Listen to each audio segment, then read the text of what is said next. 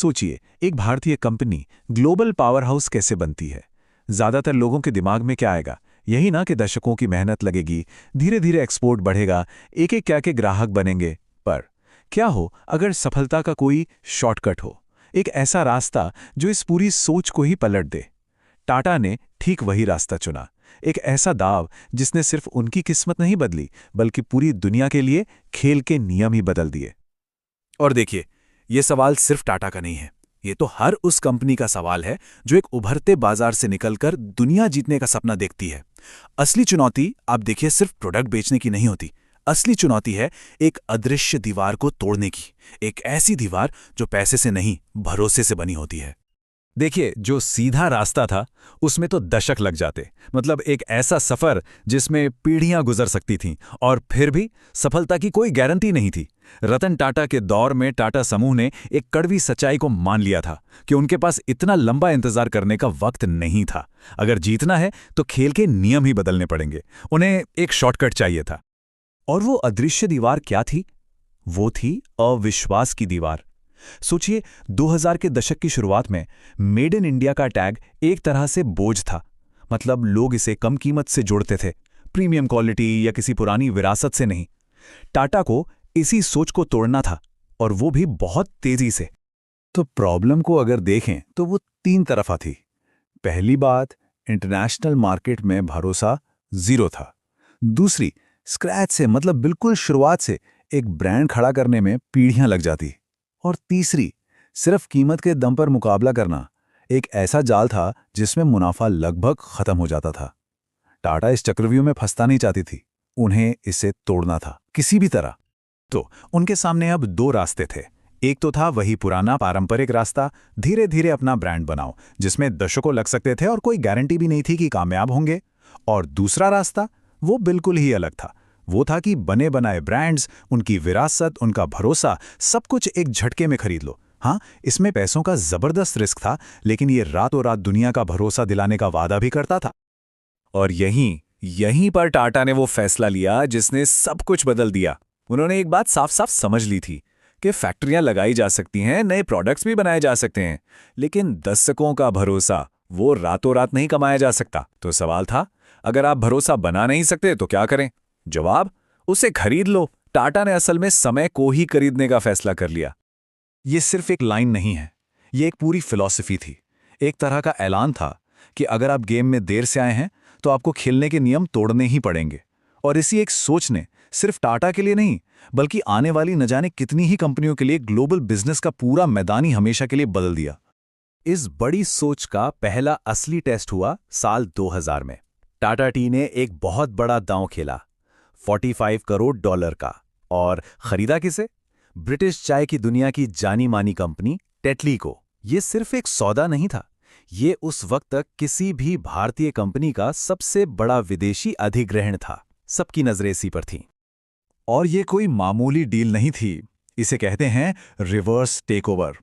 मतलब सोच कर देखिए, एक छोटी भारतीय कंपनी एक ऐसी ब्रिटिश कंपनी को खरीद रही थी जो साइज में, नाम में, हर चीज में उससे कहीं ज्यादा बड़ी थी।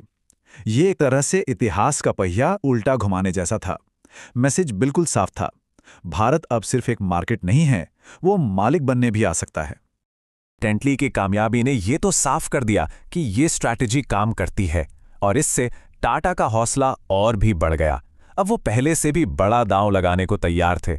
अब खेल लाखों का नहीं, अरबों का होने वाला था। साल 2007, टाटा स्टील ने एक ऐसा कदम उठाया जिसने पूरी दुनिया को चौंका दिया। $11.3 अरब में उन्होंने Anglo Dutch steel company coarse को खरीद लिया। एक झटके में रातों रात टाटा स्टील दुनिया की टॉप 10 स्टील कंपनियों में आ गई। लेकिन ये एक बहुत बड़ा जुआ था। ये पूरी डील कर्ज पर आधारित थी, एक ऐसा रिस्क जो उन्हें बहुत भारी पड़ सकता था।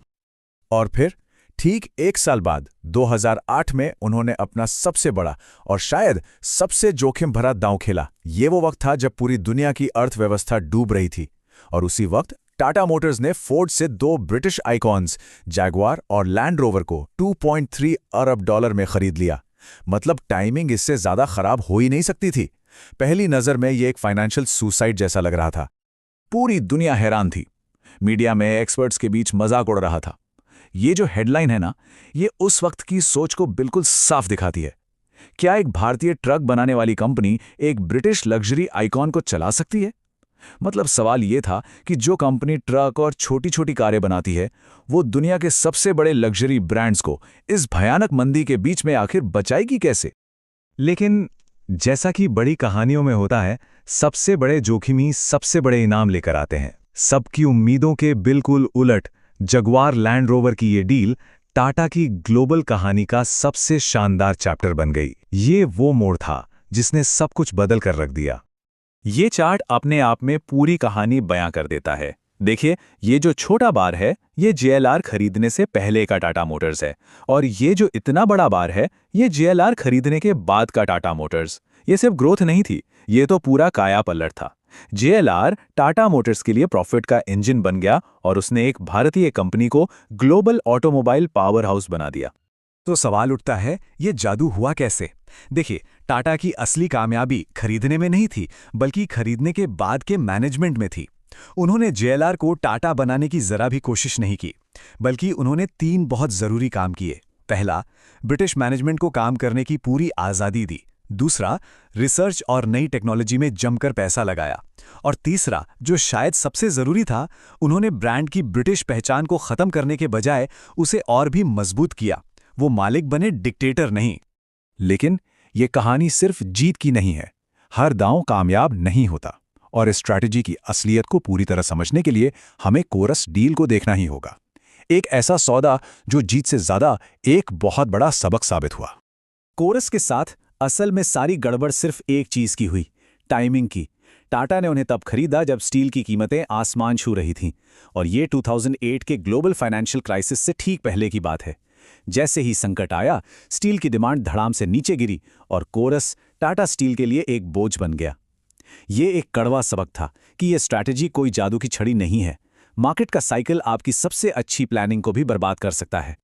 तो जब हम इन सब को एक साथ रखकर देखते हैं, टाटा की जीत, JLR का वो जबरदस्त टर्न अराउंड और कोरस से मिला सबक, तो एक बहुत ही पावरफुल पैटर्न उभर कर सामने आता है। अब ये सिर्फ टाटा की कहानी नहीं रह जाती, ये एक प्लेबुक बन जाती है। और इसे ही कहते हैं द लेट कमर्स प्लेबुक। ये उन सभी कंपनियों के लिए एक तरह का रोड मैप है जो ग्लोबल रेस में देर से शामिल होती हैं। ये दशकों की मेहनत को छलांग लगाकर पार करने का तरीका है। ये एक ऐसी स्ट्रैटेजी है जिसमें आप बने बनाए ब्रांड, उनकी टेक्नोलॉजी और उनके मार्केट को खरीदकर सीधा लीडर्स की टेबल पर जाकर बैठ जाते हैं। इस प्लेबुक के 4 बहुत ही सीधे सादे नियम हैं। पहला, दशकों की ब्रांड बिल्डिंग वाली मेहनत को छलांग मारकर पार कर जाओ। दूसरा, वो भरोसा खरीद लो जिसे कमाने का वक्त तुम्हारे पास नहीं है। तीसरा, जिस चीज को खरीद रहे हो उसकी आत्मा को बचाकर रखो, उसे खत्म मत करो। और चौथा, सब्र रखो। ये कोई 100 मीटर की दौड़ नहीं, एक मैराथन है। शुरुआती झटके तो लगेंगे ही। और आखिर में ये पूरी कहानी हमें एक बहुत गहरे सवाल के साथ छोड़ जाती है। आज की इस तेज रफ्तार दुनिया में जहां सब कुछ इतनी जल्दी बदल रहा है, ज्यादा स्मार्ट क्या है? स्क्रैच से, मतलब शून्य से, अपनी एक विरासत बनाना जिसमें शायद दशकों लग जाएं, या फिर किसी और की बनी बनाई विरासत को खरीदकर उसे भविष्य के लिए एक नया आकार देना? टाटा ने तो अपना जवाब चुन लिया था, और उनके उस एक फैसले ने सिर्फ उनकी नहीं बल्कि ग्लोबल बिजनेस की दुनिया को हमेशा हमेशा के लिए बदल दिया।